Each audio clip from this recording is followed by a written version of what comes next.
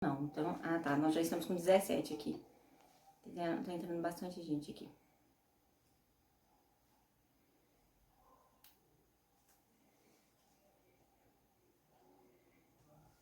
É necessário realmente nos cuidar. Hoje a gente cogitou a possibilidade de voltar lá no escritório, mas aí depois a gente logo descartou, né? Porque não tem jeito, não dá pra gente nem... Não tem condição da gente de voltar a trabalhar nesse momento. É home office mesmo, né? Porque, pensem bem, nem os próprios clientes, não tem, ninguém quer sair nesse momento de tanta dificuldade, né? Trabalhar em casa, resolver as nossas questões em casa mesmo. Eu marquei às 19 horas porque eu já imaginei que pudesse ter algum problema meio de instabilidade de internet. E como as aulas começam às 19h30, aí eu já imaginava que a gente iria começar às 19h30 mesmo. Mas de toda forma é bom que a gente vai conversando aqui, batendo esse papo inicial pra gente conversar as nossas atividades, saber um pouco de vocês, de como vocês estão, né? E aí a gente vai dialogando mesmo que virtualmente, porque já tem um tempinho, né? Já tem um mês já que a gente não se encontra, né? Então, assim, é bom que a gente vai colocando esse nosso papo em dia. Mas e vocês, estão estudando? Vocês já acompanham? Eu vi que tem muita gente que nem acessou ainda as atividades, né? Muita gente não, mas já tem algumas pessoas que a gente consegue acompanhar lá no sistema, quem está acessando ou não as atividades. Mandei uma mensagenzinha individualmente lá para aquelas pessoas que estão em risco, né? Eu sei, assim, tem uma série de fatores que, de certo, que influencia. Algumas pessoas têm mais dificuldade com a internet, outras têm algumas dificuldades com o momento mesmo, que é difícil para alguns mais que para os outros, né? Gente, peraí que eu tenho que colocar pra gravar esse tema aqui, né? Peraí, só um minutinho. Peraí. E aí, assim, se nós não nos cuidarmos... Um momento, por favor. Eu estava dizendo o seguinte, se a gente não acessar o sistema da... Eu estava dizendo sobre a questão que eu sei que realmente tem algumas pessoas que têm mais dificuldade, né? De ter acesso ao sistema da faculdade, tem alguns problemas ainda com acesso, mas é preciso acessar, porque além de ter a própria instituição, tem o MEC que vai validar esse tempo, né, de acesso, então é importante que vocês acessem, façam as atividades, para resguardar mesmo a faculdade de vocês, o curso de vocês, tá bom? Então, vá lá, acesse, fique um período lá fazendo essas atividades, é importante para todos. Espera aqui, tem algum lugar que grava essa nossa conversa, essa nossa aula? A gente acessando aqui.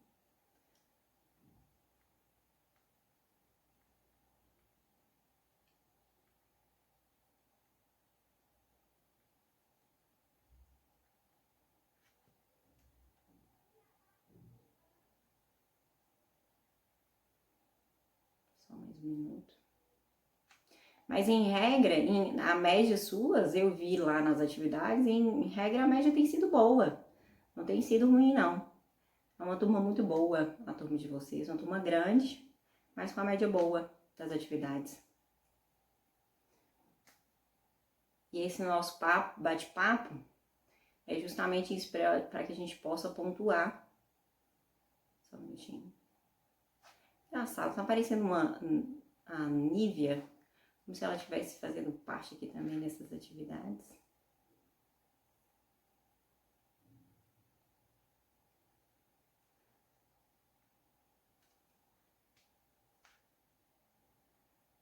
Boa noite.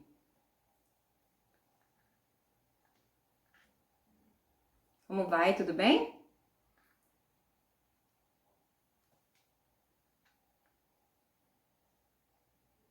A gente já vai começar as nossas atividades, tá? Eu só tô tentando gravar, colocar para gravar aqui a nossa aula. Alguém já utilizou esse sistema aqui que saiba me falar onde que coloca essa informação para gravar, gente? Já vou começar a aula.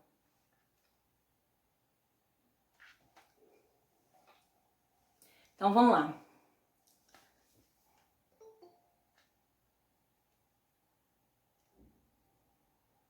Quem tiver no WhatsApp, manda para mim, por favor, que eu tô começando a aula, por favor.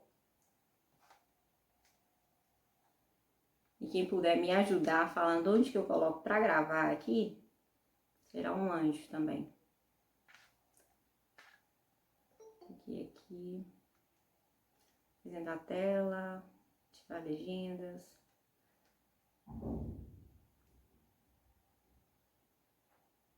Bem, de toda forma, eu já deixei meu celular ali gravando.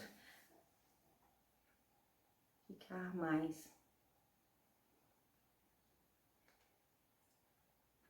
Obrigada, Isaac.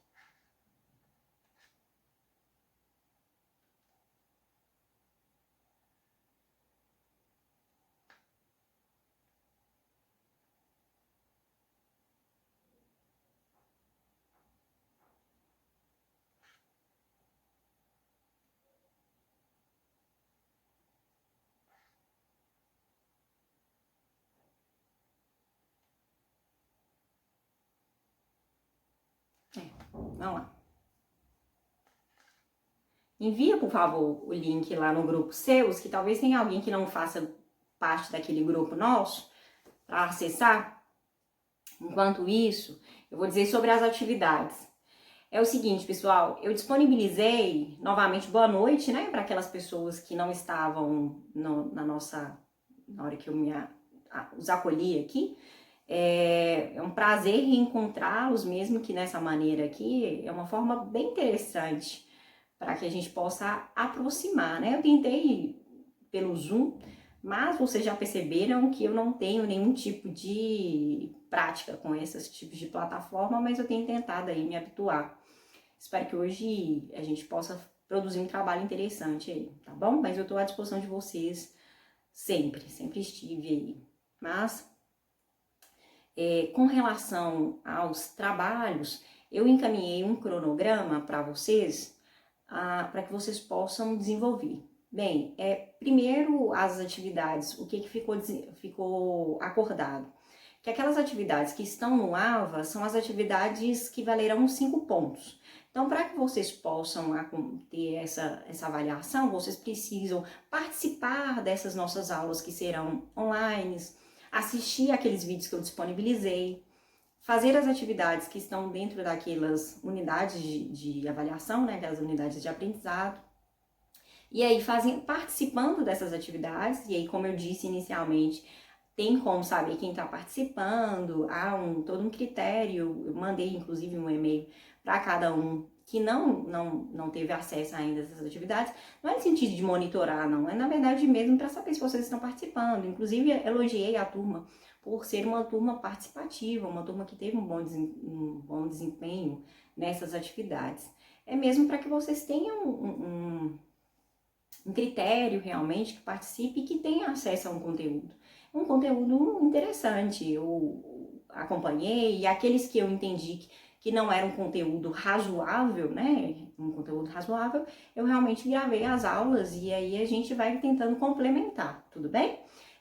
No início das nossas aulas também eu disponibilizei, falei com vocês quais as doutrinas que eu achava mais interessante, vocês também têm as doutrinas que vocês consideram importantes, então vocês já têm uma bagagem, já sabem quais as doutrinas melhores que vocês devem conhecer. Sugeri para vocês quais eram as suas deficiências iniciais, então vocês já sabem, já têm um conhecimento interessante do que vocês precisam realmente estudar para que vocês possam ter um bom desempenho daqui para frente. Então, realmente é nivelar o conhecimento de vocês, tudo bem? Então, o que eu sugiro para que a gente possa conseguir aquela avaliação dos 5 pontos? É participar realmente dessas atividades que são online. É importante que vocês participem porque esse tempo, embora a gente esteja vivendo um momento assim totalmente complicado mesmo, né, pessoal? O Covid é uma situação totalmente atípica, ninguém se preparou psicologicamente, financeiramente, em nenhum momento para viver essa situação. Mas requer de nós uma postura diferenciada, porque esse momento requer realmente que nós continuemos a desempenhar as nossas atividades. Alguns com mais facilidade, porque estão mais preparados psicologicamente, outros requerem uma postura, um atendimento psicológico, e aí as pessoas precisam adaptar à situação, né? A gente precisa continuar a viver. Então, assim, essas atividades estão lá, vocês precisam acessar, porque eu disse inicialmente que o MEC vai validar, né? A instituição precisa validar o acesso a essas atividades para que vocês tenham, ao final, concluído o quinto período. Então, é requisito, tudo bem? Entendam isso como um alerta mesmo, um sistema de acolhimento. Estou falando para vocês porque, no final, a gente sabe que vocês precisam concluir essa etapa para, no final, realmente ter o reconhecimento do diploma de vocês. Tá bom? Então, façam esse esforçozinho aí para que vocês consigam almejar o que vocês desejam, que eu desejo, que a instituição realmente deseja, tudo bem? Essa é a avaliação com relação aos 5 pontos.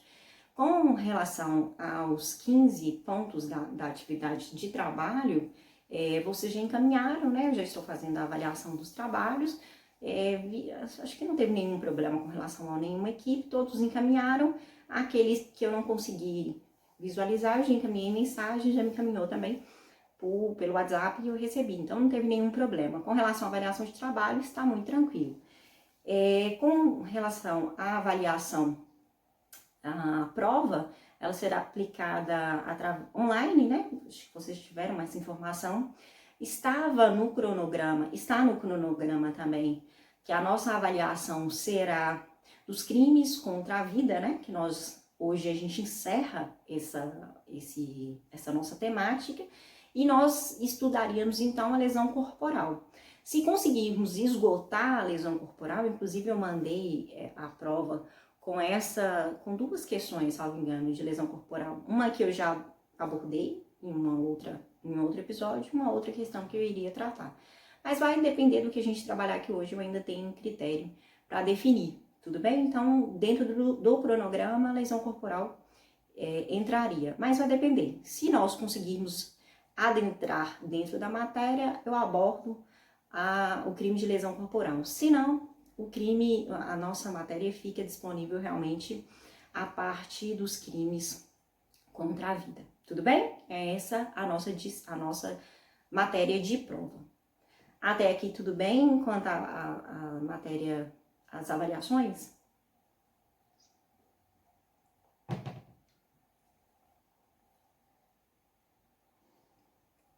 Acho que sim, né? Então, partindo então dessa nossa discussão, pessoal, hoje eu espero que eu vi que vocês já acessaram, né, a parte que eu pedi para que vocês acessassem, né, sobre infanticídio, o artigo 123. Então, a gente vai discutir. É um crime muito tranquilo, porque nós já abordamos com muita especificidade. Eu penso que vocês já têm uma noção muito importante sobre o crime do artigo 121. Então, acho que vocês não vão ter muita dificuldade para a abordagem do artigo 123, infanticídio. Lógico que vocês perceberam que o infanticídio está dentro de uma abordagem muito próxima do crime de homicídio, mas perceberam certamente que tem algumas especificidades, algumas diferenças com relação ao crime de homicídio, certo? Que tem sim. Deixa eu deixar nas perguntas. Eu vou deixar para que a gente faça perguntas ao final, tudo bem? Que aí, se tiver, vocês vão anotando aí, depois eu abro para que vocês façam perguntas ao final. Vão prestando atenção e se tiver alguma pergunta, vocês fazem ao final. Acho que fica melhor dessa forma. Até para mim também, para que a gente não perca essa abordagem. Tudo bem, pessoal? Vamos lá, então. O infanticídio, deixa eu abrir o código aqui. Disciplina sobre a conduta de matar alguém sob a influência do estado puerperal, o próprio filho durante o parto ou logo após.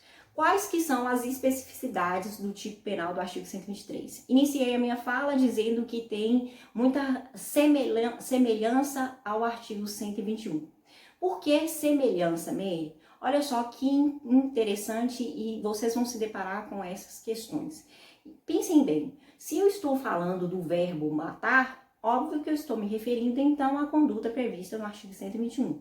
Mas eu tenho uma conduta muito específica, porque eu estou falando de alguém próprio, de uma mãe que está matando o seu próprio filho durante o parto ou logo após o parto.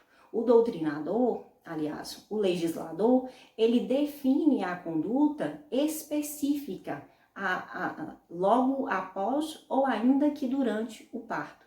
Então, nós temos essas causas especificadoras que são condutas definidas na conduta do infanticídio, que diferencia o homicídio. E por que o legislador não colocou dentro do artigo 121? É uma questão, inclusive, muito questionada pela doutrina, porque a doutrina diz que, na verdade, o infanticídio é uma causa que deveria estar dentro, daquelas questões que nós já discutimos. Vejam bem, estaria dentro de uma questão do privilégio. É que, na verdade, toda hora entra uma pessoa e eu tenho que aceitar aquela pessoa que está chegando. Mas tudo bem, vamos lá. Sendo uma causa de privilégio.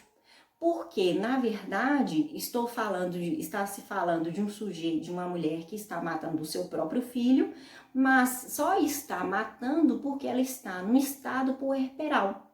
E esse estado puerperal é uma causa que lhe retira a possibilidade de entender o que está se passando naquele caso. Vocês já estão questionando, de certo, mas o que é o estado puerperal? Qualquer mulher tem o estado puerperal? Quem fez a leitura das informações que estão disponíveis no AVA já não tem mais essa dúvida, já passou realmente desse questionamento sobre o estado puerperal. Perceberam que a mulher tem o estado puerpério, toda mulher tem o estado puerpério, que é o estado fisiológico realmente que se encontra próximo ali naquele momento da gestação. É o estado que a mulher se encontra mais frágil, é questão hormonal. Mas o estado puerperal é quando essas influências fisiológicas, hormonais, são tão aumentadas que retiram da mulher a capacidade de raciocinar sobre aquele momento, e essa possibilidade fisiológica lhe retira essa capacidade de tamanha maneira que ela acaba matando o seu próprio filho.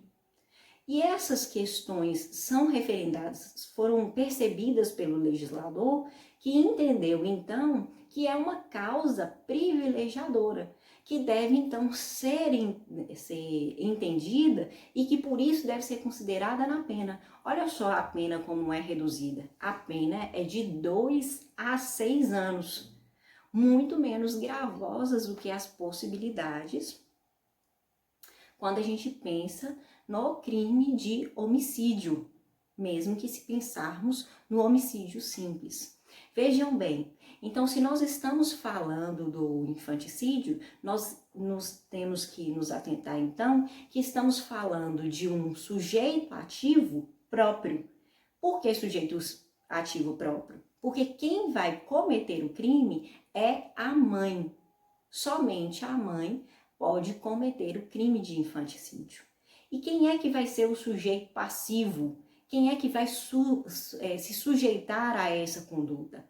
É realmente o nascente, o filho, né, durante o parto, ou o neonato, que é logo depois do parto. Isso vocês precisam se atentar a esses detalhes. E o que é que está se protegendo, pessoal? O que o legislador quer proteger nessa conduta?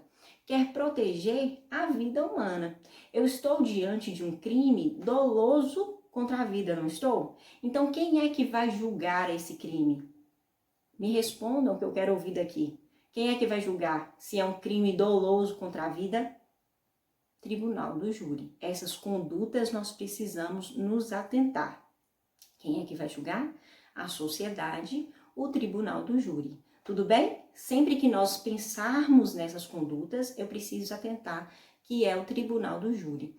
Quando vocês fazem a leitura, e aí eu quero pedir para vocês o seguinte, quem está com o código, e isso é importante, façam sempre o estudo com base no código aberto, com uma boa leitura, uma boa doutrina, quem está com o código vai perceber que nós não temos previsão na modalidade culposa. Então, não há que se falar na prática desse crime na modalidade culposa. Então, se não há descrição nessa figura, eu não posso pensar que a mãe que mata o seu filho sufocado, sem que haja o dolo, a vontade específica de matar, mesmo que ela esteja naquele estado puerperal, que ela esteja então cometendo um crime de infanticídio.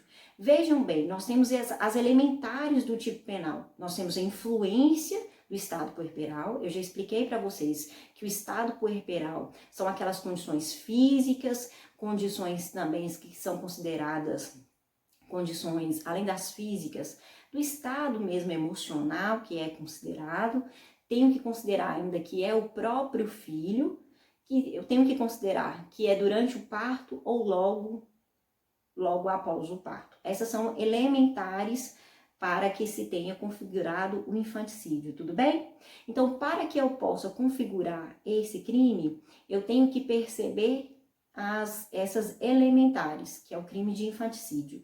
Mas eu só posso ter a configuração do infanticídio se tiver demonstrado que essa mãe agiu de maneira dolosa, que ela tinha a intenção de realmente matar o seu filho, ok? Essas são algumas condutas elementares para que possa realmente configurar o tipo penal.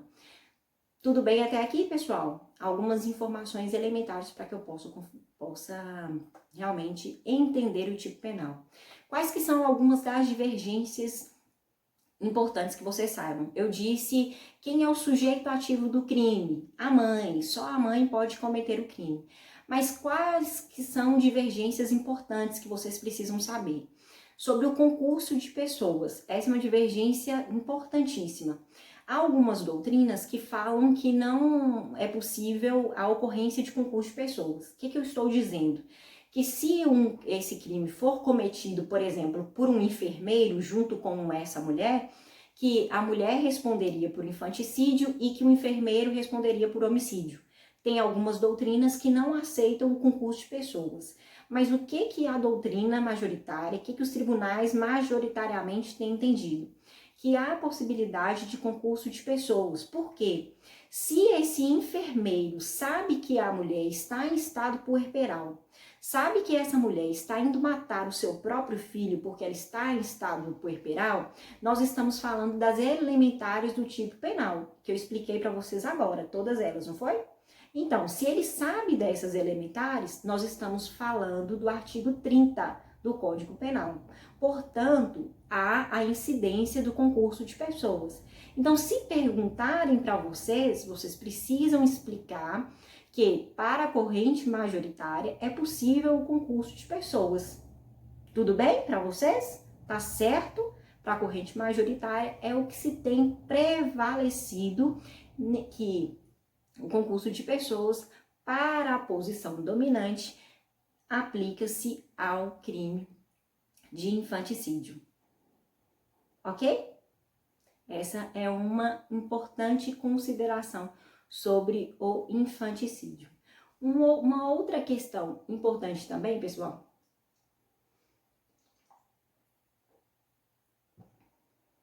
é sobre essa elementar do próprio filho. Imaginem vocês que essa mulher mate, mas que não mate o próprio filho, que mate um filho de uma outra pessoa, pensando que está matando o seu próprio filho. Imaginem a situação. Essa mulher que está em um hospital, e esses exemplos são exemplos que estão nas doutrinas diversas que vocês, qualquer doutrina que vocês tiverem acesso, as bancas do CESP, qualquer banca irão cobrar exemplos similares a esses, tá? Exemplos parecidos, mas que caem em questão, despencam, tudo bem? Sempre cai uma questão sobre infanticídio nesse sentido. Mas, em suma, geralmente são questões nesse sentido. Imaginem a seguinte situação: uma mulher que pratica o crime de estar no estado puerperal, então ela está fisiologicamente abalada, emocionalmente abalada, logo após o parto, está então em uma enfermaria, acorda durante a noite e resolve dar uma facada no seu filho. Levanta, vai até o berçário, pensando ser seu filho, esfere facadas em um bebê. Volta para o quarto, dorme, no outro dia acorda com a mãe chorando, tudo bem? Com a mãe de um outro bebê chorando, falando que seu filho está morto. Quando vai se verificar as imagens, percebe-se então que ela matou o filho dessa outra parturiente. Pensando então quais seriam as consequências, como que seria resolvida então essa situação. Percebam qual que seria a resposta para essa situação. Já imaginaram aí? Já tem a resposta? Quem pode ter uma resposta plausível aí para a situação? Quem ousa me dar a resposta? Sem colar. Ah, Isaac. Muito bem, erro sobre a pessoa. Isaac já nos deu a resposta. Pense bem, se eu tenho um erro sobre a pessoa acidental, essa mulher vai responder como se tivesse matado então o seu filho. E se ela age acidentalmente, responde então sobre o erro sobre a pessoa. E aí, colocando uma dose a mais para que vocês possam responder, inclusive. E se o filho dela estivesse morto? Como é que ficaria a situação? Como é que ficaria? E aí? Desculpe um barulho, tá, gente? Crime impossível? Não. Aí vocês precisam responder como se o filho estivesse vivo. Aí vocês consideram a hipótese. Ela responde como se o filho dela estivesse vivo. Porque ela responderia como se, na verdade, ela responde como se o filho estivesse vivo, porque na cabeça dela o filho estava vivo. Tudo bem? É no mundo da hipótese. Ainda incide o erro sobre a pessoa. Tudo bem? Uma outra informação importante aí para vocês. Entendendo então esses conceitos importantes, pessoal, entendendo então esses conceitos importantes sobre estado puerperal, sobre o erro sobre a pessoa, há algumas outras noções que eu trouxe para vocês. Além disso, é possível que eu diga para vocês um outro detalhe importante ainda, é que a doutrina não traz definição sobre tempo, viu? Sobre a duração do parto, sobre logo após o parto, porque o que vocês vão perceber? Se a mulher estiver durante o parto, aí fica sobre ela uma presunção que ela está no estado puerperal. Mas se ela estiver uma semana após o parto, ela vai ter que demonstrar que realmente ela estava sobre a influência do estado puerperal. Percebam, essa presunção, quando está logo após o parto, muito próxima ao parto, é quase que absoluta. Mas quando vai se passando o tempo, não. Aí realmente a gente precisa fazer prova para que se incida realmente o infanticídio. Outra informação também relevante é o seguinte: imaginem que, e aí a gente precisa fazer alguma diferenciação sobre isso. Estado puerperal, a gente precisa entender o seguinte: estado puerperal são características físicas, são características psicológicas, mas há uma incidência importante que a gente precisa considerar. Vejam bem, se a gente entender que essa pessoa tem problemas mentais que realmente retire daquela mulher a capacidade de entender o que está se passando, eu preciso me voltar para o artigo 26. Quando eu falo que aquela mulher, que ela não consegue entender o que está se passando, eu não estou dentro do infanticídio. Eu disse para vocês que o infanticídio é uma causa privilegiadora, tudo bem? Mas quando eu me deparo com um artigo, quando eu me deparo com essa situação, que a mulher tem problemas mentais, o que eu tenho que pensar? Se ela tem problemas mentais, ela não consegue entender o que está se passando. De certo que eu não posso imputar a ela o cometimento de crime. Então, isso com base em perícia deve ser aferido. Se ela for uma pessoa que não pode ser imputada a crime, eu respondo então com base no artigo 26. Tudo bem? Então, eu verifico isso com base em perícia.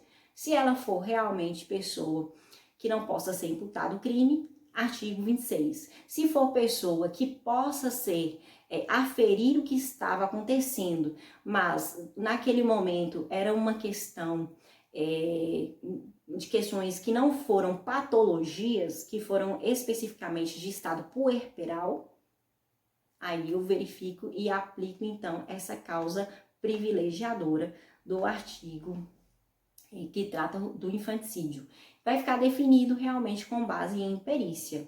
Isso eu preciso também diferenciar. Ficou claro para vocês? Entenderam o que eu preciso entender? Então percebam, se for uma pessoa que tem uma doença mental prévia, ela é inimputável. É o artigo 26 que vai responder. Agora, se é uma pessoa normal, eu engravidei, e aí logo após o parto, eu mato meu filho pelo meu estado puerperal, por causa da minha descarga hormonal, eu vou realmente aplicar o artigo 123. Mas alguém que tem uma doença prévia mental, aí está muito mais para a minha questão realmente mental. Isso precisa ser averiguado. Isso a gente precisa comentar e discutir para que vocês não sejam induzidos a erro. Tudo bem para vocês até aqui? Então, a consumação desse tipo penal realmente é consumada com a morte desse nascente ou mesmo do neonato. Ok, pessoal? Quanto a essa discussão do infanticídio, eu penso que até que nós falamos as correntes que são mais cobradas, as discussões que são mais cobradas realmente nas doutrinas e também nas provas. Ficou alguma dúvida com relação ao infanticídio? Manifestem aí, por favor. Também quero certificar se está gravando, né? Para não correr o risco de perder essas informações.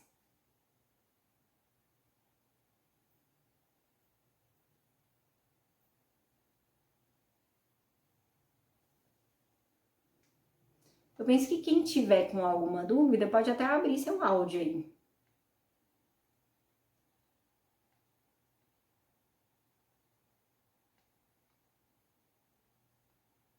Sua câmera também, né? Que a gente pode fazer um bate-papo. Não tem problema não.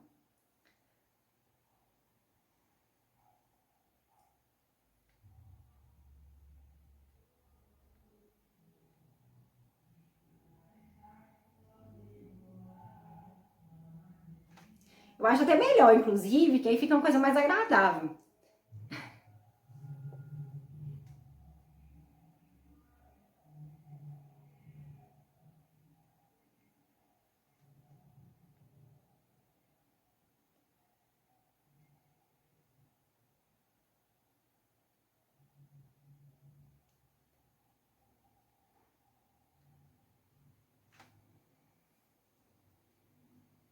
Tem sim.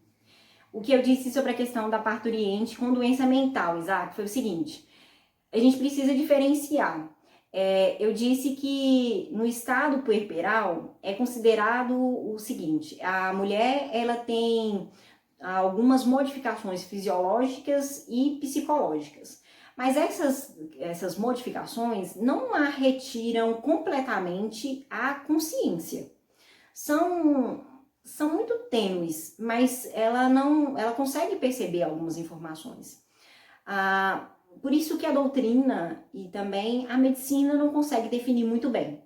Mas percebam, quando acontece da mulher que não tem uma doença mental pré-existente, ela mata o seu filho logo após o parto ou durante o parto, logo já vai se incorrer no infanticídio.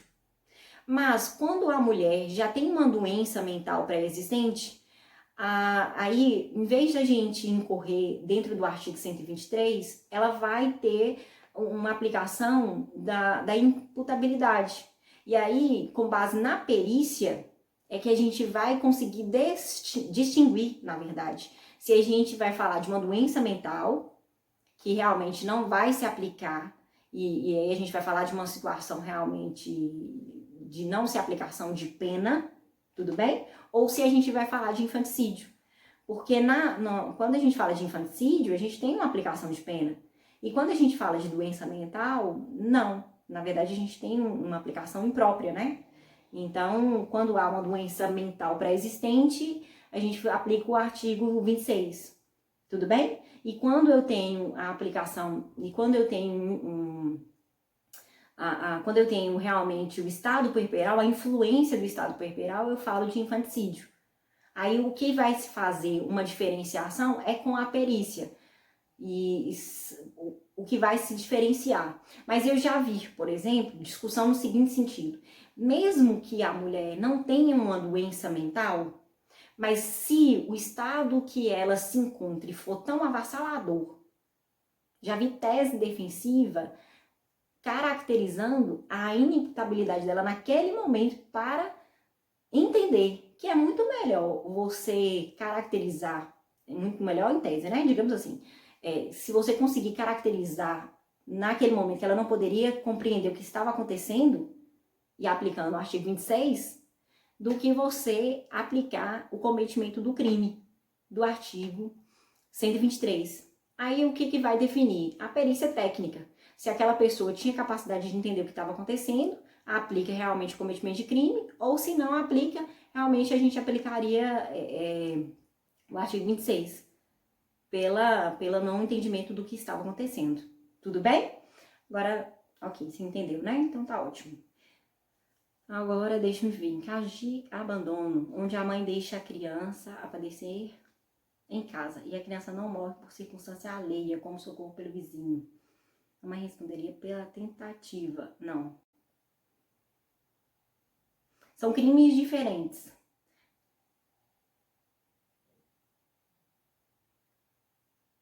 Não. Veja bem. É admitida a tentativa nesse crime, tá, André?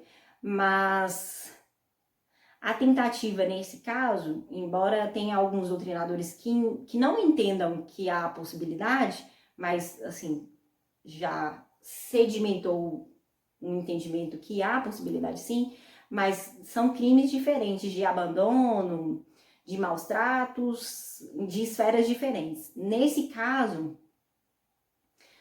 só um minutinho que eu já te respondo, viu, Daniel? Mas vamos lá. Nesse caso de abandono, não incidiria a possibilidade de ocorrência de infanticídio, tudo bem? De tentativa. Por quê? Porque tem que acontecer essas elementares do tipo de abandonar, não. A mulher tem que efetivamente tentar matar.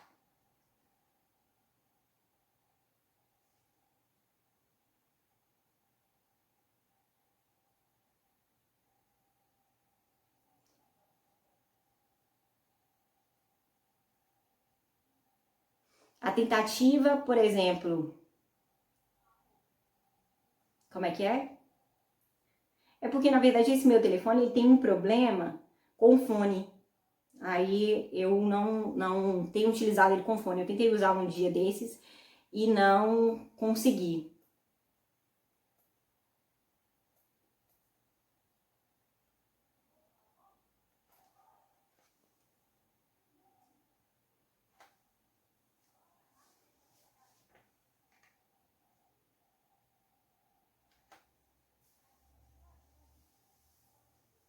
Há possibilidade de crime possível, sim.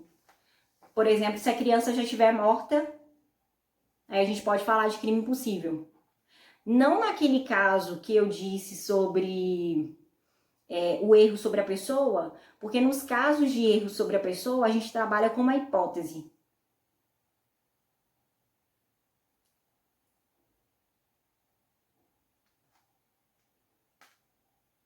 Tudo bem, pessoal? Alguma outra dúvida que eu não consegui responder para vocês, que aí a gente vai passar para aborto. Eu só vou pedir um minutinho para vocês que eu vou certificar se está gravando aqui, porque eu não consegui colocar para gravar no sistema do Google. Estou gravando por um outro celular.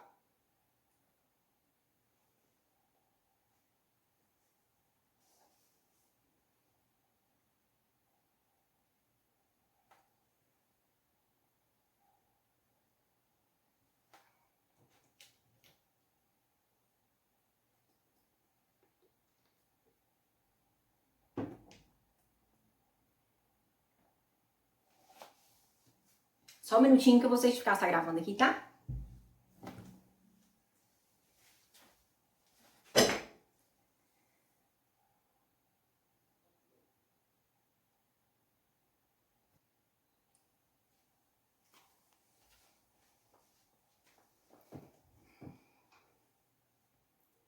Ok. Tudo bem, né?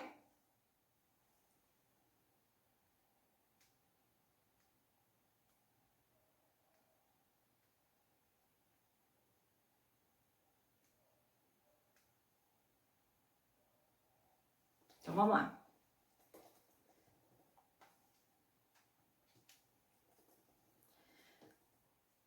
Você me está ouvindo? Não poderia.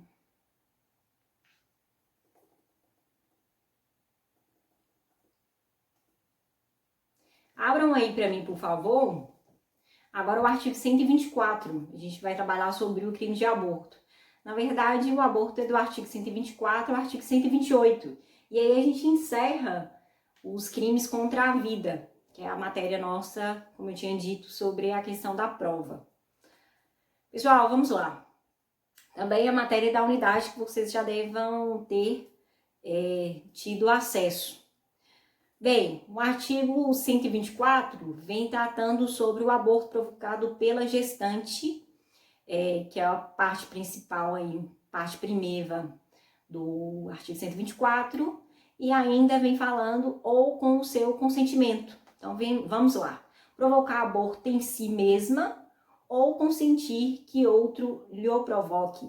Detenção de 1 a 3 anos. Percebam que o bem jurídico realmente é a vida humana, né? Como a gente pode retirar dessa parte que nós estamos estudando, e aqui o legislador está tratando da hipótese do aborto praticado por terceiro, o aborto provocado por terceiro, né? Que tutela-se a vida e a incolumidade da gestante. Vejam só, olha só, o sujeito ativo é a própria gestante. Como eu disse aqui, nessas hipóteses que a gente vai tratar, o legislador vem trazendo uma série de hipóteses. Eu comecei falando para vocês do artigo 124 e vem trazendo no 125, 126, 127, 128 hipóteses, tanto que da hipótese da gestante praticando o aborto, né, sem o consentimento da gestante, sem o consentimento da gestante, que é o artigo 124, o 125, que é sem o consentimento da gestante, o 126, que é com o consentimento da gestante, o 127, que vem trazendo a forma majorada, né, algumas formas que vem aumentando a pena, porque realmente tem lesão corporal, ou ainda causas que resultam à morte, e ainda permissões da prática de aborto, que são chamadas de aborto legal. São formas que nós vamos trabalhar. Percebam que o legislador vem realmente trazer algumas hipóteses da prática de aborto, e nelas nós vamos trabalhar. Em regra, o sujeito ativo, nessa parte que nós iremos trabalhar, é realmente a própria gestante, no artigo 124, e nos outros artigos podem ser terceiros que irão praticar o aborto contra a vontade da gestante ou ainda com o consentimento da gestante, que é nesses que são provocados por terceiros com o consentimento ou sem o consentimento da gestante. O sujeito passivo poderá ser a gestante, quando não tem consentimento dela, tudo bem? Ou realmente, a maioria das vezes, serão os sujeitos passivos, serão realmente os próprios óvulos, embrião ou feto. E é interessante que há casos que nós teremos os dois sujeitos passivos, e aí nós chamamos que nesses casos tem dupla subjetividade passiva, porque eu tenho tanto o próprio embrião como sujeito passivo, né, o próprio, e temos também a própria pessoa, a mulher, enquanto sujeito passivo também dessa conduta, quando ela sofre a conduta abortiva. Ok, pessoal? Então, nós temos essas situações enquanto sujeito passivo. E há algumas doutrinas, vocês vão perceber, que vem elencando o Estado como se fosse sujeito passivo. Mas é umas correntes que a maioria não se adequam. Mas vocês podem se deparar com essas informações, eu preciso dizer isso para vocês, que em alguns momentos vocês vão se deparar elencando o Estado como se fosse sujeito passivo. Mas é uma figura que não tem posicionamento majoritário. Então, o que realmente a gente costuma elencar é que o sujeito passivo realmente seja a mulher e o próprio embrião, o óvulo, ou ainda pode ser gêmeos, o que seja, tudo bem? O produto mesmo da concepção.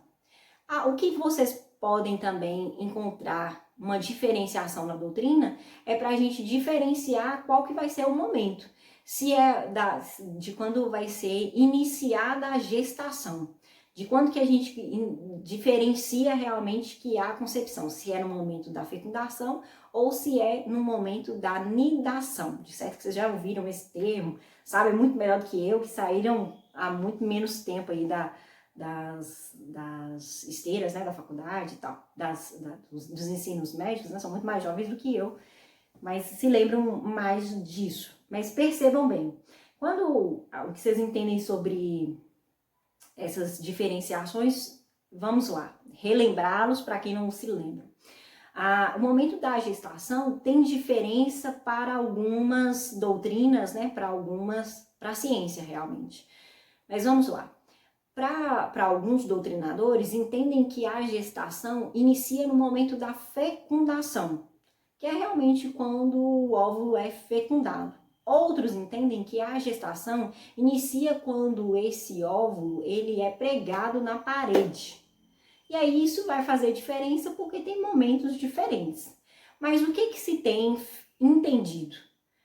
O que se tem entendido é que, independente do momento que vai se compreender como sendo o início da gestação, o que vai compreender como aborto? O momento em que essa mulher ou que esse terceiro tem ciência que essa pessoa está grávida. Então, a mulher tem ciência que ela está grávida, tendo ciência que está grávida e provoca o aborto. O homem tendo ciência que está grávida, que aquela mulher está grávida e que realmente provoca aquele aborto tendo ciência. Por quê? Nós temos um crime também que é doloso. Então, aquele sujeito, para praticar, ele tem que ter ciência que aquela mulher está grávida. E aquela mulher, ela também tem que ter ciência que está grávida para que pratique o crime. É a mesma concepção que a gente tem da pílula do dia seguinte. Por que não se considera crime utilizar a pílula do dia seguinte?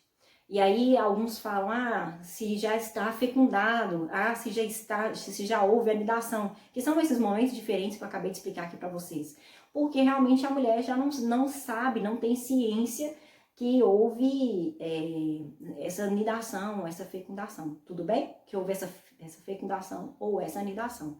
Então é realmente a concepção, a ciência que houve o cometimento que houve realmente essa formulação desse ovo, desse embrião, desse feto. Ok, pessoal? É essa a concepção que vocês precisam levar para que a gente tenha realmente um conhecimento quanto a essas noções básicas do tipo penal. Vamos lá? Tudo bem até aqui? Podem me sinalizar se vocês estão acompanhando aí, tá tudo bem? Tá tudo silencioso até aqui? É tão ruim conversar e vocês não estarem aqui me vendo, não tem nenhuma manifestação, mas tudo bem. Vamos lá. Ok, né? Então tá tudo bem, tá tudo certo até aqui. Vamos lá. Nessa parte inicial, então tá bom, valeu aí, obrigada. Nessa parte inicial aqui, pra gente saber então dessa questão do aborto. Primeiro, o que é aborto? Igual a gente falou sobre matar. Matar não é cessar? Aborto também da mesma forma. É desconstituir ou desconstituição da gravidez. É realmente cessar essa gravidez, resultar realmente a morte dessa concepção.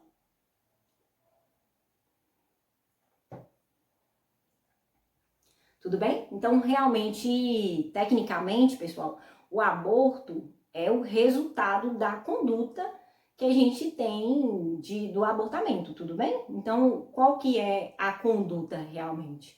É de cessar, de praticar o resultado morte, que era a mesma conduta que a gente tinha no artigo 121, só que a diferença são os momentos que a gente tem.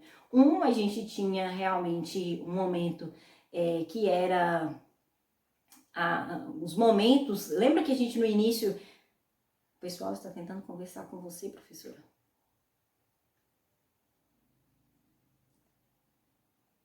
Peraí.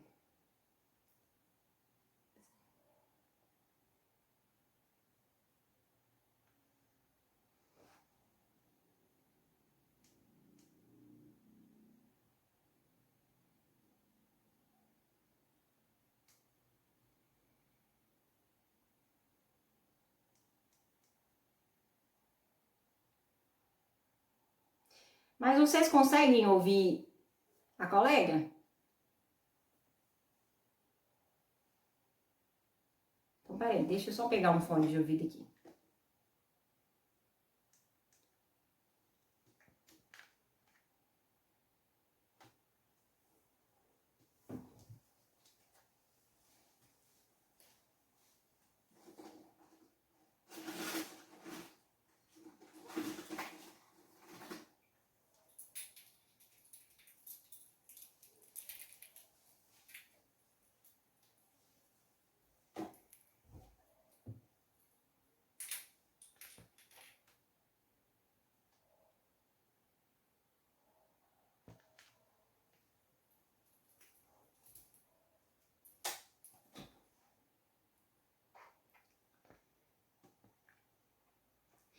Vou tentar entrar aqui pelo computador, que aí talvez eu a ouço.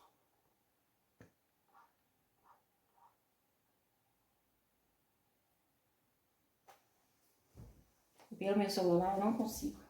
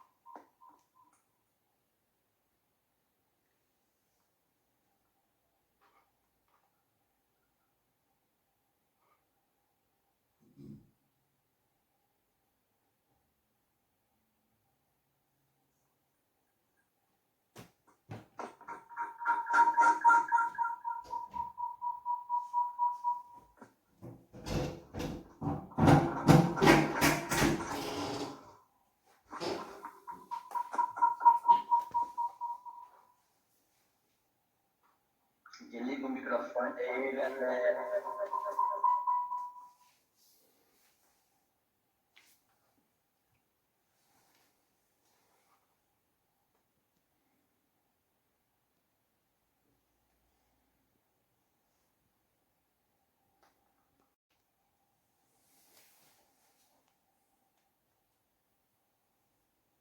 E aí, para a próxima, eu providencio, que aí eu consigo resolver essa questão do celular, e aí a gente consegue conversar, tá bom?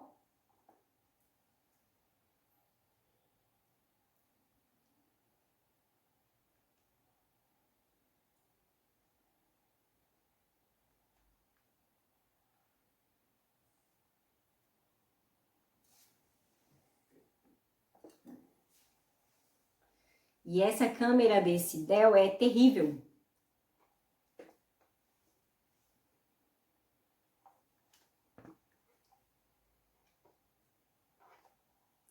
Faça uma pergunta, por favor, que aí eu passo. É alguma questão que ficou pendente aí para trás, né?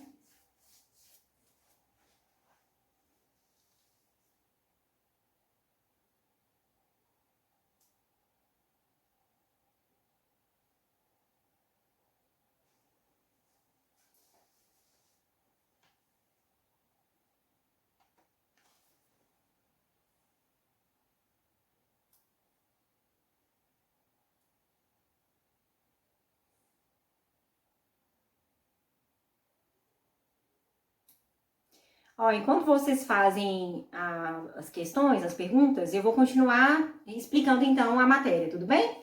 Porque senão a gente vai delongar muito e aí eu não consigo terminar a explicação aqui sobre a questão do aborto. Eu acho que não deve ser alguma questão que não dê pra gente continuar. Dá pra continuar ou espera?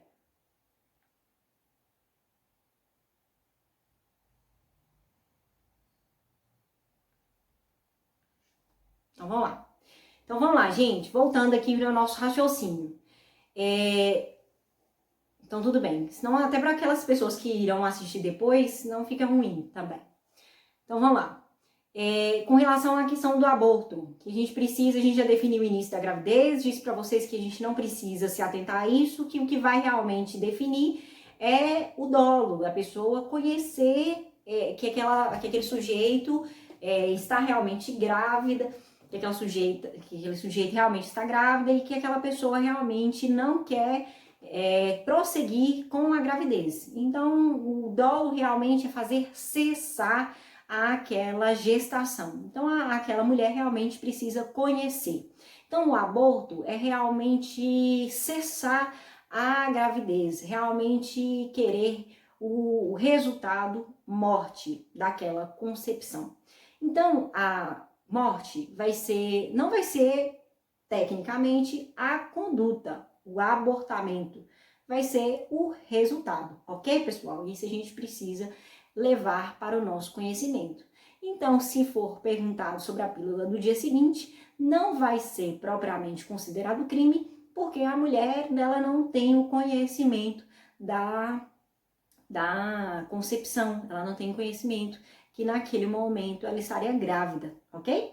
Mas se a pílula do dia seguinte for utilizada no 7º mês de gestação para a prática do crime para realmente resultar na morte, na finalização daquela concepção, realmente aí nós estamos utilizando a pílula do dia seguinte para a finalidade específica de finalizar a concepção, é um outro resultado, ok, pessoal? Aí a gente precisa realmente analisar a conduta. Eu estou utilizando esse exemplo da pílula do dia seguinte para aquela mulher ou para aquele casal que utiliza a pílula para relações sexuais e que logo no dia seguinte ou 3 dias posteriores, geralmente se utiliza em 72 horas, até 72 horas após a relação sexual, é nesse sentido, para elucidar para vocês a situação de fecundação e de nidação, que foi o nosso início de conversa,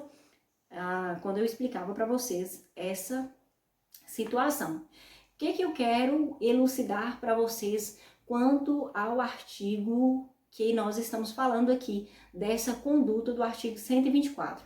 Quando eu falo em provocar aborto em si mesma, eu estou falando da mulher que provoca o aborto, ok? Então, eu estou falando de Mary Ellen, que sabe que está grávida e que provoca, toma um remédio e que provoca o aborto em mim mesma. É essa conduta, está preocupada com essa conduta, ok?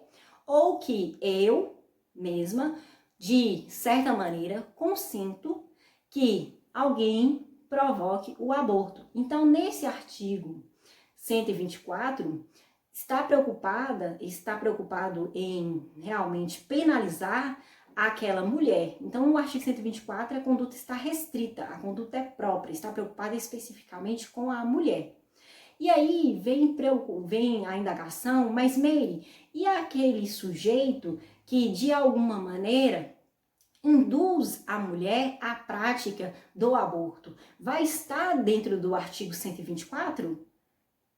A discussão perpassa pelo seguinte sentido. Primeiro, a gente precisa realmente lembrar que o artigo 124 está preocupado em penalizar a mulher que provoca ou então que consente com a prática do aborto. Então, aqui a mulher está realmente autorizando a prática do aborto ou está provocando a prática do aborto. São duas condutas diferentes, mas nos dois momentos a mulher está aceitando a prática do aborto, ok? Nesses dois momentos, no artigo 124, a mulher está aceitando, de alguma maneira, ela quer realmente que o aborto aconteça. Lembrem-se disso, é o artigo 124. A discussão está no artigo 124, no que eu estava dizendo sobre a indução. Aquele sujeito que não pratica nenhuma conduta, mas que de alguma forma induz a mulher. Imagine um casal e que o homem realmente fala, não, vai lá, realmente, vai lá, pratica o aborto. Mas que não oferece nada, que não pratica de nenhuma forma, nenhum auxílio material, mas que induz de alguma forma. A doutrina vem dizendo que pode aqui incidir apenas a indução, mas não poderia a coautoria. Essa é uma doutrina um tanto quanto diversa. O que eu tenho orientado a vocês é o seguinte: fixar que o artigo 124 é específico para as mulheres, para a mulher, tudo bem? Que provoca o aborto e que consente a prática do aborto, e que o artigo 126, que aí a gente vai fazer a leitura, estar para aquele homem, tudo bem? Que seja coautor ou que seja partícipe, que provoca o aborto com o consentimento da gestante. Aqui é para aquele sujeito, namorado ou amigo, que provoca o aborto com o consentimento da gestante. Eis que seja o coautor, ou mesmo que seja partícipe, que ajuda, auxilia de alguma maneira na prática do aborto. Só um minutinho. Que auxilia na prática do aborto. Vocês estão me ouvindo, pessoal? Apareceu uma marcaçãozinha aqui. Só me sinaliza, por favor. Ok. Tudo bem? Ok. Então, percebam essa diferenciação que a doutrina vem fazendo. Então, sempre que pensarem no artigo 124, realmente voltada para essa situação da mulher, e o artigo 126, voltado para esse sujeito que auxilia a mulher nessa prática do crime de aborto. Respondeu alguma das questões, das dúvidas que vocês tiveram até aqui? Espero que estejam entendendo aí essas indagações. Ok. Então, quando eu falo que há essa diferenciação da conduta de vocês, não atina uma diferenciação, uma dualidade do que vocês já tinham estudado até aqui, da parte geral? Percebam, ora, se eu tenho uma diferenciação de condutas, vejam bem, olha só, quando eu falo que tem sujeitos praticando a mesma conduta, mas que vão responder em crimes diferentes, eu disse que tem aquele sujeito que vai praticar a mesma conduta do artigo 124, mas que vai responder dentro do artigo 126. Eu estou extrapolando, eu estou saindo da realidade, é uma exceção à teoria monista. Vejam bem, nós estamos saindo do que é adotado no concurso de pessoas. Nós estamos saindo e passando, então, uma pluralidade. Estou falando, então, que deixou-se de aplicar a essa teoria e estou aplicando, então, uma outra realidade. Vejam só, é uma exceção realmente, porque em vez de se aplicar o artigo 124, nós estamos aplicando, então, a duas condutas iguais, estou aplicando artigos diferentes. Realmente é uma exceção a essa teoria, né? A exceção a pluralista, a teoria monista ou unitária adotada no concurso de pessoas. Isso é importante que vocês se recordem, porque quando vocês se depararem a essas questões e vão te levar a concepções que realmente te induzam a aplicar o artigo 124. Imaginem só, estão falando de situações que um casal, eu iniciei a minha fala dizendo nesse seguinte sentido, um casal que está conversando, vamos praticar o aborto, aí a mulher é induzida a praticar esse aborto. Nós estamos falando de condutas iguais. De certo que você seria induzido a aplicar o artigo 124, porque as condutas são iguais. E aí, condutas iguais são elementares do tipo, eu aplicaria então o artigo 124. Só que eu tenho o artigo 126, que traz a conduta específica. Então, eu tenho que desassociar e aplicar o artigo 126. De certo, então, que é uma exceção a pluralista, a teoria monista ou unitária, que é adotada no concurso de pessoas. Então, tanto a gestante quanto o provocador, né, o provocador ao aborto, concorrem para o aborto, só que vai responder cada um em um delito diferente, um no artigo 124 e o outro no artigo 126, que é isso que eu acabei de explicar para vocês. Tudo bem? Passamos então agora o artigo 125, que é provocar a conduta, agora sem o consentimento da gestante. Vamos à leitura do artigo 125. O artigo 125 vem trazendo a seguinte redação: provocar aborto sem o consentimento da gestante, reclusão de 3 a 10 anos. Percebam que a conduta um tanto mais gravosa. Por quê? Porque nós temos uma conduta que, diferentemente, agora a gestante ela já não tem mais a intenção de provocar essa situação. Ela já não tem mais a vontade de participar desse imbróglio, né? De participar do aborto. E aí, esse terceiro, ele vai praticar o aborto sem a sua vontade, sem o seu consentimento, ok? Então, o legislador vem e coloca uma pena muito mais gravosa. Aqui, a ausência de consentimento, ela é um fator primordial, é um fator que é muito mais considerada. E percebam que essa ausência de vontade, ela é muito mais gravosa. Por isso, o legislador traz essa referenciação aí dentro do artigo.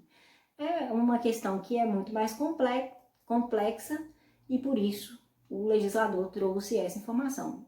Não tem muito o que se falar quanto a esse artigo, porque nós já trabalhamos os termos, né? Provocar aborto sem o consentimento, nós já tratamos, então não tem o que se falar quanto a isso. Quanto ao artigo 126, provocar aborto com o consentimento. É uma questão importante do artigo 126. Aqui, provocar aborto com o consentimento da gestante. A pena de 1 a 4 anos. O que a gente precisa entender aqui é que o parágrafo único vem trazendo uma informação relevantíssima, é que se a pena do artigo anterior, se a gestante não é maior de 14 anos, ou alienada, ou débil mental, ou se o consentimento é obtido mediante fraude, grave ameaça ou ou grave ameaça ou violência. A pena é a do artigo anterior. Por quê? De 3 a 10 anos. Porque, na verdade, se a gente estiver diante dessa situação, essa mulher, ela não consegue exercer esse consentimento. Então, não há que se falar em livre consentimento quando a pessoa é débil mental ou não é maior de 14 anos ou é alienada. E aí, quando eu leio esse não é maior de 14 anos, me faz lembrar uma questão importante que um colega me perguntou um dia desses, um colega da sala suas, sobre a definição de 14 anos. Isso é importante, porque em vários outros momentos vocês irão se deparar com essas informações. Qual que é o critério que o legislador entende para definir 14 anos, ou não é maior que 14 anos? É um critério muito específico. Até 14 anos, ou menor de 14 anos, para a legislação, é aquele que não tem 14 anos, o que a gente chama de 14 anos incompletos. Aquele que tem 13 anos, 11 meses, 29 dias, é menor de 14 anos. Então, tem 14 anos incompletos. Então, é esse que é considerado para a legislação. Nos casos, nós estávamos estudando naqueles que têm a legislação, majorada os crimes, para aqueles que os crimes são cometidos menores de 14 anos, né? Contra menores de 14 anos. Então, o que eu tenho que considerar? Se ele não completou 14 anos. Daqui do mesmo jeito, veja só, se a gestante não é maior de 14 anos, então eu tenho que considerar se essa gestante ainda não completou 14 anos. Se ela tem 13 anos, 11 meses e 29 dias. Se ela completou, se está no dia do aniversário dela, nesse caso, se não é maior de 14 anos, ainda tá. Se não é maior de 14 anos, ela ainda tá não é maior de 14 anos, de certo que ela ainda tá aqui dentro dentro do parágrafo único, tudo bem? Não é maior de 14 anos. Mas se ela já tem 14 anos e um dia, ela já é maior de 14 anos. Quando a legislação vem falando assim, menor de 14 anos, aí é 13 anos, 11 meses e 29 dias. Ficou clara essa diferenciação? Você sempre tem que fazer a leitura do que o legislador está propondo. Aí, para que a gente possa diferenciar. Por exemplo, se vai ter uma pausa, a gente pode fazer uma pausa. É bom, né? Para que vocês possam tomar uma água e tal. No crime de estupro, por exemplo, de vulnerável, que é menor de 14 anos, leve em consideração 14 completos. Por exemplo, os 14 anos incompletos. Na data do aniversário, no dia do aniversário, aquela pessoa já tem 14 anos. Aí o legislador não contempla. Então, vocês precisam realmente considerar essas informações. Vocês já querem fazer a pausa? Que aí no próximo a gente já pode voltar no artigo 127, fazendo uma pausa de 10 minutos. Tudo bem?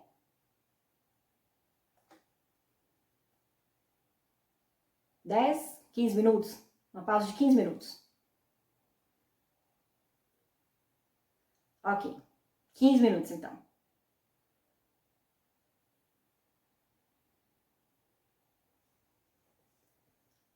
Então, tá bom. Pausa de 15 minutos.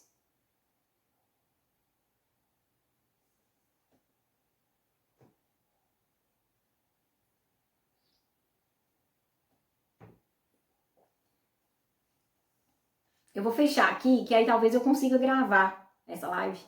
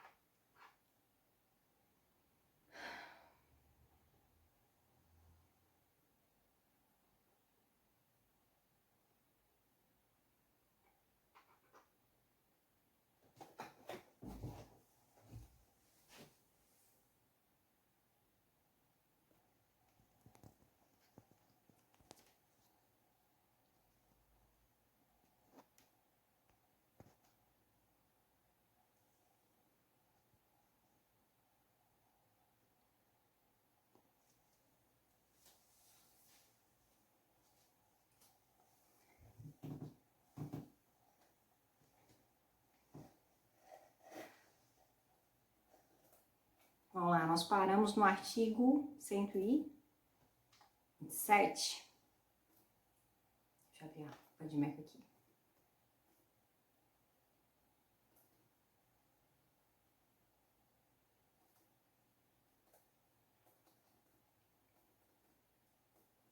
Manda uma mensagem lá, por favor, no grupo, para o pessoal voltar. Eu até criei a reunião aqui, mas não deu certinho, não. Vamos lá. Então, ficou certo aqui para vocês que o artigo 126, embora fale sobre o 120 com consentimento, esse consentimento só vai realmente ser considerado se essa pessoa puder realmente consentir. Então, aqueles que não possam consentir, quem são eles? As pessoas que são débil, né? Aquelas pessoas, e esse termo realmente já foi superado, né? Nós estamos falando de um código de 1940. Então, hoje são aquelas pessoas realmente que são pessoas que têm de alguma forma, não tenha o seu discernimento mental, né? Mas, de toda forma, manteve-se essa expressão, ou aquelas pessoas que não têm o consentimento mediante fraude, ou seja, são aquelas pessoas que não souberam, né? De alguma forma foram ludibriadas, né? Então não tiveram a sua livre manifestação de vontade, passadas para trás, né, gente? Então vamos colocar em termos livres, né? Em termos certos. Então esse é mediante fraude, ou então através de grave ameaça, ou então ainda por violência. Nós já falamos sobre aquelas pessoas que são menores de 14 anos. Foi nesse tempo que nós paramos quando fomos lanchar. Espero que todo mundo tenha feito os seus lanchinhos, né? Não tivemos aquela nossa pausa como vocês faziam para me matar de inveja como antes, mas tudo bem, né? Todo mundo ia comer os seus lanches lá cheirosos, mas dessa vez eu estou em casa também, pude lanchar. Vamos para a nossa forma majorada. O artigo 127 vem trazendo formas específicas, e aqui tem algumas ponderações importantes que precisam ser feitas. Artigo 127 vem trazendo o seguinte: as penas combinadas nos dois artigos anteriores são aumentadas de 1/3 em consequência do aborto, ou são combinadas em 2/3 nos dois artigos anteriores, são aumentadas de 1/3 se em consequência do aborto ou dos meios empregados provocados a gestante sofre lesão corporal de natureza grave. E aqui, vamos lá. Aqui o artigo está se referindo ao artigo 125 e artigo 126. Então, no caso do aborto provocado sem consentimento ou ainda que com consentimento, se tiver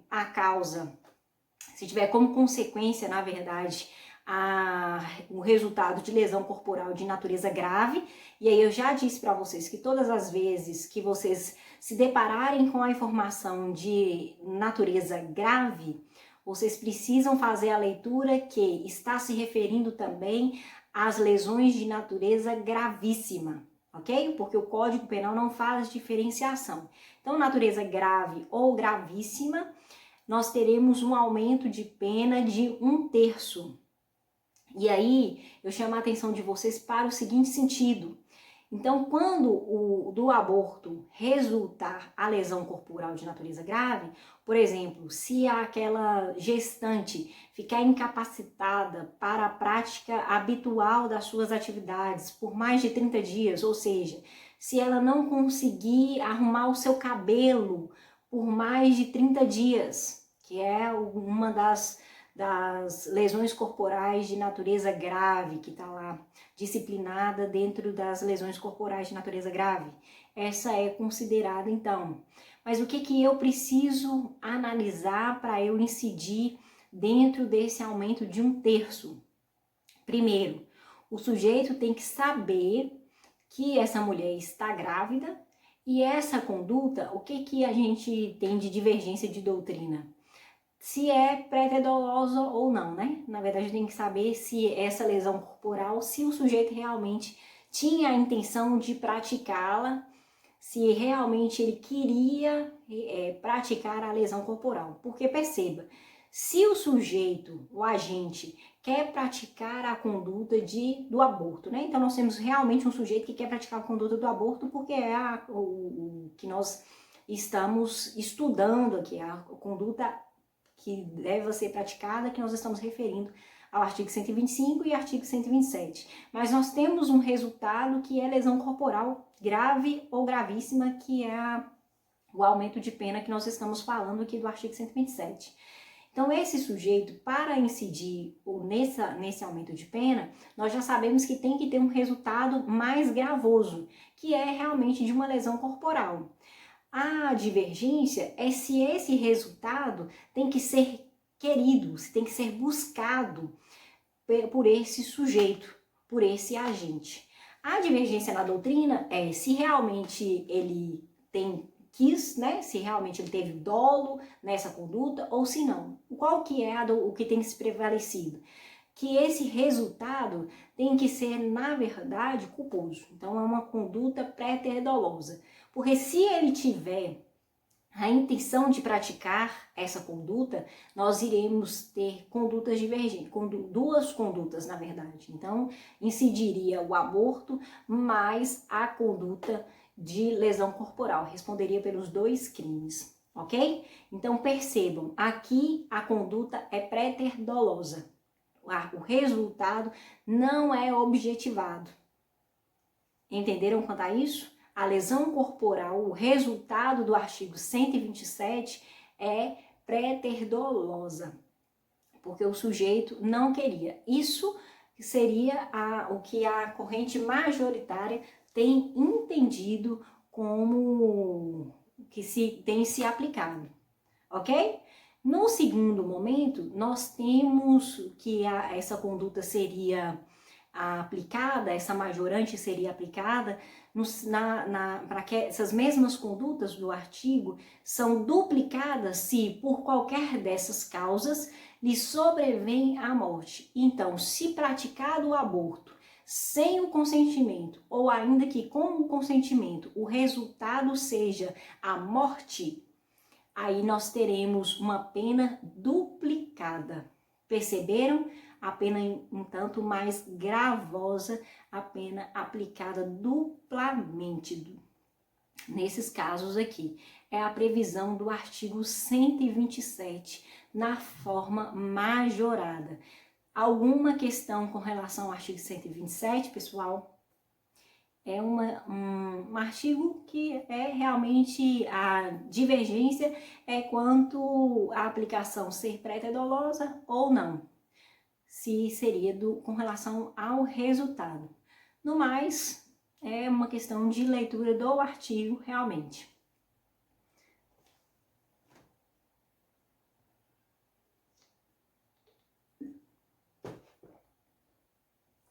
Tá tudo certo? Repete quando a questão do préter dolosa. Ok. A questão vocês entendem sobre préter doloso? Préter dolosa? Vocês entendem o que é isso? Préter doloso. Se vocês têm alguma dúvida quanto a isso, vamos nos referir então a essas definições da parte geral. Nós temos condutas que são queridas pelo sujeito, que são intencionais pelo sujeito. Isso, ok. Dolo mais culpa, isso. Então, o sujeito, inicialmente, ele tem dolo na conduta, mas ele não tem no resultado, ok? Então, nesse caso, o sujeito, ele tem dolo na conduta do aborto, mas ele não tem na conduta do resultado, que seria da lesão corporal. Tudo bem? Então, a doutrina tem entendido que se ele tiver dolo também no resultado da lesão corporal, ele vai responder pelos dois crimes. Vai responder pelo aborto e vai responder pela lesão corporal. Mas, separadamente, somadas as condutas. Agora, o que nós temos entendido, e aqui o que tem se entendido, que para incidir a majorante, Nesse caso que eu estou explicando para vocês, na majorante de forma pré-dolosa, só vai se aplicar especificamente se o resultado não foi buscado pelo sujeito. Se aquele resultado só aconteceu a título de culpa. Se ele ia praticar o aborto, e aí, por algum motivo, na hora... Imagine só, o aborto é uma situação muito gravosa. Quando se pratica o aborto, por exemplo, utiliza-se uns aparelhos para puxar o feto, ok? Na hora que puxa o feto, pode ser que retira daquela mulher e que ela não consiga, machuque de alguma forma, que ela não consiga se levantar. Só um minutinho que eu já respondo para vocês. Que ela não consiga se levantar e que ela não consiga se movimentar. Nas condutas de lesão corporal, e aí eu estava dizendo para vocês que dentro da lesão corporal, se eu não conseguir praticar as atividades por 30 dias, essas minhas atividades habituais, e aí eu dei o exemplo de pentear os meus cabelos, né, por 30 dias, eu já estaria dentro de uma lesão corporal de natureza grave, ok? Se eu já não conseguir praticar essas atividades, já configuraria o crime, a lesão corporal grave. Se o sujeito não buscar por essa atividade, se ele não tiver esse dolo de praticar a lesão corporal, é pré-dolosa o resultado. Aí incidiria a majorante e não um outro crime similar.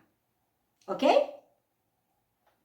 Isso, haverá concurso de crime, então, caso a gente tenha dolo na conduta e no resultado. Isso. Se ele tiver concurso de crime, se ele tiver dolo na conduta e no resultado. Entenderam? Concurso de crime se ele tiver dolo nas duas condutas, segundo a doutrina majoritária. Essa é a divergência na doutrina. O que tem se entendido é que realmente, se ele tiver agora vocês entenderam, né? Se ele tiver uma culpa, se o resultado não foi buscado por ele, aplica-se a majorante. Se não, aí realmente aplica o concurso nas atividades, se realmente ele buscar pelas duas condutas. E aí vocês podem se deparar, e aí vocês vão analisar realmente a intenção do sujeito. Se ele tiver a intenção de praticar as condutas isoladamente, aí vocês vão analisar e irão aplicar as condutas isoladamente. Vai ensejar a lesão corporal isoladamente, vai aplicar o aborto isoladamente. Se tiver realmente com a intenção de praticar as condutas de tentativa de homicídio isoladamente, ok? Sempre olhem qual que é a intenção do sujeito, para que vocês não possam ser induzidos a erro. Ficou claro até aqui? Foram sanadas as dúvidas, então? Ok? Ok. Então, a gente segue, então, para a última parte do artigo, que é bem interessante, que é a parte que se possibilita o aborto, que foge de toda a nossa perspectiva. Nós falamos das formas que na verdade, se pune o aborto. E agora, no artigo, a gente vem falar, então, sobre a parte do aborto legal. Nós falamos sobre a forma majorada até aqui, e agora, então, nós falamos do artigo 128, o aborto legal. O aborto legal vem com a seguinte descrição: não se pune o aborto praticado por médico. E aqui eu já chamo a atenção de vocês para esse detalhe principal, primordial. Aborto por médico. Isso é termo específico. A descrição já vem falando, né? Aborto praticado por médico. Então, se outro sujeito praticar, já não se entende como se autorizado fosse, ok? Já não se entende como se autorizado, já se entende como punido, ok? Então vamos lá. Não se pune aborto praticado por médico, então aí a gente já vem diferenciando. Aborto necessário é o primeiro inciso.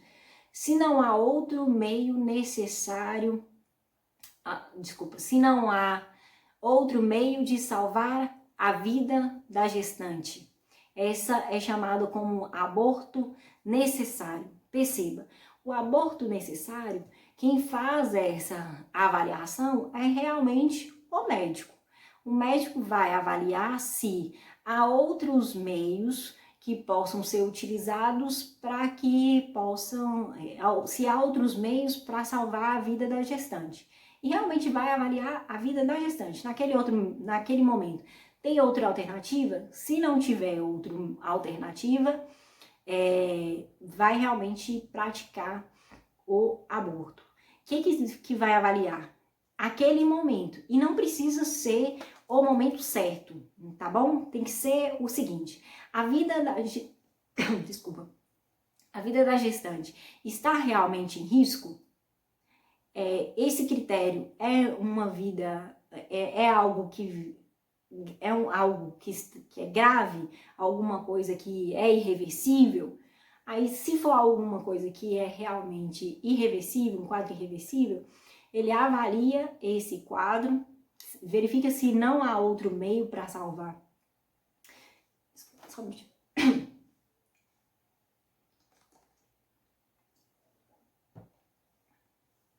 Verifica se não há outro meio para salvar essa vida dessa gestante, se há realmente um perigo de morte para essa gestante, né? Não precisa ser um perigo atual, basta que seja algo certo, algo definido que venha a acarretar um perigo realmente de morte a essa gestante e que não há outro meio de salvar. Ele avalia esse risco e aí pratica esse aborto. Havia uma discussão anterior se existia uma obrigatoriedade de consentimento da vítima, mas hoje já está superado essa discussão, porque se está realmente em perigo de morte, né, pessoal? Perigo de morte, não há necessidade de consentimento da vítima, porque no estado de necessidade, na verdade, há, na verdade, também no artigo 146, que fala sobre constrangimento legal, uma exceção para a prática da medicina, que não se enquadra dentro do constrangimento legal, a prática, o exercício regular, né, na verdade, da medicina. Então, há essas exceções que restringem, né, na verdade, resguardam a medicina. Então, não se enquadram dentro dessas exceções, dentro dessas possibilidades. Então, não há necessidade no consentimento da gestante, tendo em vista o perigo realmente que enquadra esse perigo de morte, que é uma das elementares do tipo penal. Não há necessidade também de autorização judicial, que também antes fazia-se essa referência. Vocês podem, se estiver fazendo a leitura de uma doutrina muito antiga, pode ser que se deparem com essa informação, mas não há necessidade de autorização do judiciário, ok? Isso aí também não se faz necessário. Outras hipóteses também com relação a essas possibilidades de aborto é o aborto sentimental, humanitário, ético ou piedoso. São termos que vocês podem encontrar em doutrinas diversas. Há uma outra questão. Esse aborto que eu acabei de mencionar pode ser chamado de aborto necessário ou aborto terapêutico. Anotem também, porque pode ser que vocês se deparem com essa informação quando estiver estudando de alguma doutrina diferente, então pode ser que cobrem, a depender de qual doutrina estiverem estudando, ok? E passando agora para uma outra informação importante de ser estudada, tem se falado ainda sobre aborto sentimental, aborto humanitário, ético ou piedoso, que está aí referenciado no inciso 2º. Esse é aquele aborto resultado de estupro. Certo que vocês já ouviram falar sobre essa possibilidade nos casos de estupro, quando a mulher é violentada, né? A possibilidade dela realizar através do médico, tudo bem? Isso aí é uma ressalta também. Lembra que quando eu comecei a fazer a leitura do artigo 128, eu disse para vocês que é possível o aborto legal desde que seja realizado através do médico, ok? E aí eu chamo a atenção para vocês, porque eu ainda estou dentro do artigo, do inciso 2º, e aí eu estou falando desse tipo de aborto, e quando eu falo sobre essas referências, estou me referindo ainda nesse contexto, e a mulher que foi vítima de estupro, ela pode sim requerer fazer a realização, né, desse aborto através de médico, e aí pode-se realizar esse aborto que recebe esses nomes que eu acabei de dizer para vocês, e está compreendido, inclusive, o aborto das vítimas de estupro de vulnerável, que são aquelas mulheres, não, desculpa, aquelas meninas que são menores de 14 anos ou que têm algum tipo de deficiência, né, mental ou alguma vulnerabilidade pelo seu quadro, tudo bem? O artigo vem falando ainda de consentimento prévio da gestante ou ainda do seu representante quando elas são incapazes, né? Ok? E esse aborto, como eu disse, precisa realmente ser praticado por médicos. São elementares também do tipo. Uma outra questão discutida é com relação à necessidade de registrar um boletim de ocorrência para levar ao médico. Alguns doutrinadores falam sobre essa necessidade de ser registrado o boletim de ocorrência para que seja realmente levado. Outros falam que não. Hoje não tem se questionar, não tem se, na verdade, colocado como se obrigatório registro de boletim de ocorrência, mas algum documento que comprove a ocorrência do estupro, porque precisa de algum tipo de notificação para que comprove que essa mulher realmente foi vítima de estupro. Algo que tenha se levado ao conhecimento ou que seja da autoridade policial, não necessariamente um boletim de ocorrência, mas algo pretérito para que o médico possa realmente realizar o aborto. Mas é possível a realização do aborto, tudo bem? Aí leva-se realmente o nome do aborto sentimental, humanitário, ético ou piedoso. Pessoal, algumas outras questões importantes que a gente precisa falar é sobre o aborto de anencéfalo. Quem é que nunca ouviu alguma informação sobre isso, né?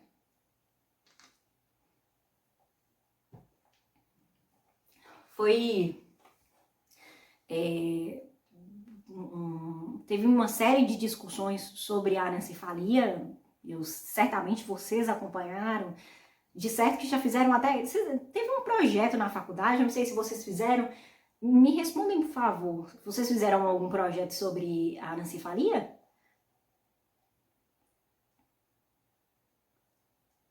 Ah, tá. Se nesse caso leva em consideração a palavra da vítima, leva em consideração a palavra da vítima.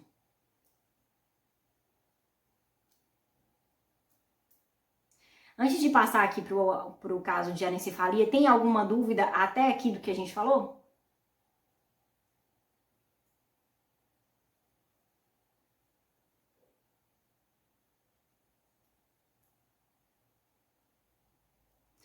Dois ou mais fatos. Ok. Sim, se caracteriza o concurso de crimes formal. Exatamente.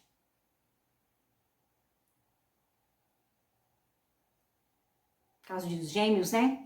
Inclusive era para ter falado, eu comecei a falar dos gêmeos e não disse sobre a questão do concurso. Formal e impróprio.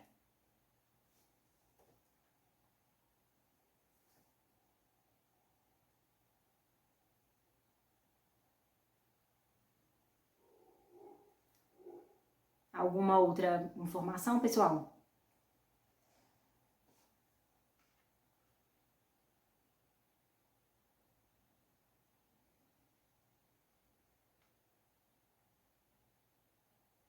Tipo sentimental, humanitário, ético ou piedoso? Tipo sentimental, ético ou piedoso, humanitário. Esqueci.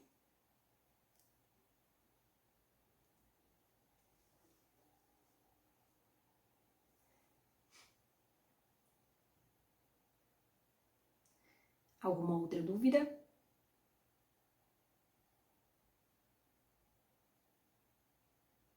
Vamos lá. Vou seguir mais um pouquinho que tem outras coisas ainda para dizer. Vocês já me disseram que não falaram sobre a anencefalia, mas vamos lá então. Mas de certo que vocês já ouviram dizer sobre essa questão que foi discutida no STF. Teve inclusive uma ADPF, a 54. Bem, essa ADPF foi muito discutida, trouxe muitas questões éticas que foram discutidas sobre essa ADPF. Eu quero que vocês façam uma consulta sobre ela, porque o meu objetivo não é esgotar, mas de certo assim, trazer uma breve informação para vocês sobre isso. Mas a anencefalia, na verdade, ela é um defeito congênito, na verdade, né? Que as crianças, elas têm uma má formação num tubo, uma má formação craniana, na verdade, e elas não desenvolvem o cérebro. Então, formou-se uma concepção que essas crianças, elas não iam ter uma sobrevida, uma experiência. E aí só teve poucos casos, mas eu me lembro, eu até fiz uma época um resumo com uma colega sobre a anencefalia, na faculdade ainda. Mas teve um menininho só que ele teve uma sobrevida importante. Viveu pouco tempo, mas ele viveu. Então discutia-se sobre sobre o aborto, se configuraria aborto ou não, o rompimento da vida dessas crianças que não tinham a formação craniana. E aí discutiu-se muito tempo sobre essas possibilidades. Na verdade, olha só o que se discutia nessa ADPF. Durante muito tempo, como não tinha essa possibilidade de sobrevida, entendeu-se que não seria realmente um aborto, já que no aborto, embora não se discuta se vai ter ou não uma vida, porque quando a gente fala em aborto, não se analisa se essas crianças terão ou não vida, ok? Nós estamos falando de intrauterina, mas não se analisa se terão expectativa ou não de vida. Mas na questão da anencefalia, já significaria uma total ou ausência de cérebro mesmo, né, de defeito congênito. Então já não teria realmente uma sobrevida, uma expectativa de vida. Então não teria que se falar de uma vida extrauterina. Então discutia que realmente não se falaria de aborto, ou não se falaria realmente de cessar essa vida. Aí o que se entendia? Se cessasse essa vida intrauterina, não se tornaria um fato típico, porque não configuraria aborto, não teria-se as elementares do tipo. Acabou-se que realmente essas discussões foi para um lado ético, porque tinha-se esse menininho, que eu não me lembro o nome da criança, mas já tinha ele como exemplo, que tinha uma possibilidade de sobrevida, e aí tinha as questões religiosas também, mas esse defeito no fechamento tubo-neural já era certo que impossibilitava realmente a vida, e aí essa questão foi submetida ao plenário do STF, com essa arguição mesmo nessa ADPF. Foi ajuizada essa ADPF e foi julgada, e esse plenário do STF entendeu realmente que o aborto, no caso de anencefalia, não configuraria o crime de aborto. Então percebam, não está dentro das possibilidades do que a gente leu até aqui, que eu estava dizendo para vocês, né? Eu acabei de falar dentro do aborto legal, do aborto permitido, dentro do aborto necessário, mas foi uma das possibilidades das alegações trazidas pelo STF. Por quê? Seria uma antecipação terapêutica do aborto, porque na verdade não seria para o STF, não ensejaria realmente o aborto em si, porque nós não teríamos uma expectativa de vida, uma sobrevida para esse feto. Por isso que entendeu-se realmente que não haveria uma prática de aborto, e sim uma antecipação terapêutica do parto desse feto que não teria uma sobrevida. E aí, pessoal, nesse caso, a doutrina vem tratando essa informação realmente como uma permissão de aborto, no caso, uma permissão jurídica de aborto no caso da anencefalia. E aí, o que eu quero orientá-los no seguinte sentido, do que vocês precisam realmente entender. A divergência está no seguinte sentido. Nós temos um termo que é muito utilizado nas questões de prova, que vocês podem se deparar. Quem já fez o trabalho, aliás, quem já teve acesso ao AVA, pode ser que já tenha até visto esse termo. Aborto eugênico ou aborto eugenésico. São abortos em razão de anomalia grave. Esses abortos, gente, quem puder mandar para a colega o link da aula, ela tá me mandando aí, que eu não consigo acessar aqui pelo meu celular, por favor, ela mandou no WhatsApp. Esse termo ainda é polêmico. Esse termo, vou repetir, aborto eugênico, para a maioria da doutrina, aborto, no caso da anencefalia, não configura o aborto eugênico. E para alguns doutrinadores, o aborto, no caso de anencefalia, configura aborto eugênico. Aí o que eu quero trazer para vocês? Olhar com ressalva.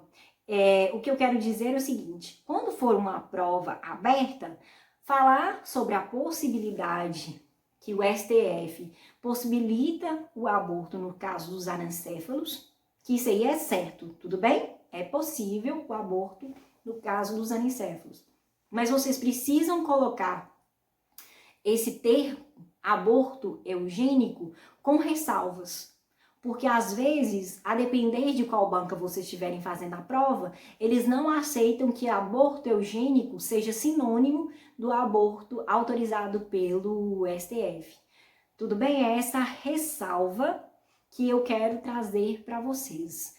Às vezes a doutrina trata como se fosse a mesma coisa e a depender dos doutrinadores eles diferenciam. E a gente ainda não tem um parâmetro. O que a gente precisa realmente saber é que alguns vão trazer como se fosse similar e outros vão diferenciar, realmente falando que é uma antecipação do parto, que é autorizado, mas alguns irão realmente fazer essa diferenciação e nós não temos ainda um critério homogêneo falando qual que é o conceito certo que a gente deva utilizar. Em regra, algumas questões vão falar que não está autorizado o aborto eugênico, outras vão falar que a exceção do aborto eugênico é o aborto de anencéfalo, autorizado pelo STF. Então, vocês precisam saber dessa ressalva possível de ser perguntado para vocês em algum momento. Tudo bem? Ficou claro aí? Então, a gente precisa saber sobre isso. Meire, e Zika vírus, como é que tá? Zika vírus também é uma outra possibilidade que também está sendo julgado pelo STF, está paralisado. Só que o Zika vírus está dentro de uma outra categoria também, que é o aborto social. Vedado também pelas doutrinas, pela jurisprudência, não é aceito, assim como o aborto eugênico, na maioria também não é aceito. O aborto social e econômico não é aceito. E o Zika vírus é algo que está sendo discutido, mas por hora a Procuradoria, em um parecer em 2007, salvo engano, fez um relatório falando da possibilidade de ser julgado e que as mulheres que tivessem gestantes e que tivessem sido que tivessem essas gestações com Zika vírus, né, com Zika, que pudessem interromper, mas foi desconsiderado, e aí estavam para ser julgados. A gente sabe que também está paralisado, e por hora realmente não é considerado. Esse aborto está na categoria do aborto social ou econômico e também não é aceito pela doutrina, é considerado como se fosse um crime, ok? Esse aborto social ou econômico, social porque realmente teve um grande impacto para a saúde, né, como um todo. Várias mulheres várias mulheres foram picadas e tiveram grandes reflexos na saúde. E econômico, vocês podem encontrar esses termos, esse termo de voltado para aborto econômico, quando o aborto for praticado por alguma questão econômica diretamente, por alguma questão financeira. Pode ser voltado também, pode encontrar honorários causes, alguma coisa nesse sentido, para alguma questão voltada à economia. Então, o Zika vírus pode ser enquadrado dentro do social, quanto também econômico, porque teve impactos sociais por causa da saúde e também impactos financeiros também. Tem alguma questão quanto a isso, pessoal? Deu para entender essa última vertente, esse impacto do aborto social? E um outro detalhe também é sobre o aborto no primeiro trimestre da gestação. Houve uma discussão sobre porque no primeiro trimestre, quando não tem ainda a formação a formação cerebral dessa criança, teve algumas decisões em alguns momentos, até no STF, algumas discussões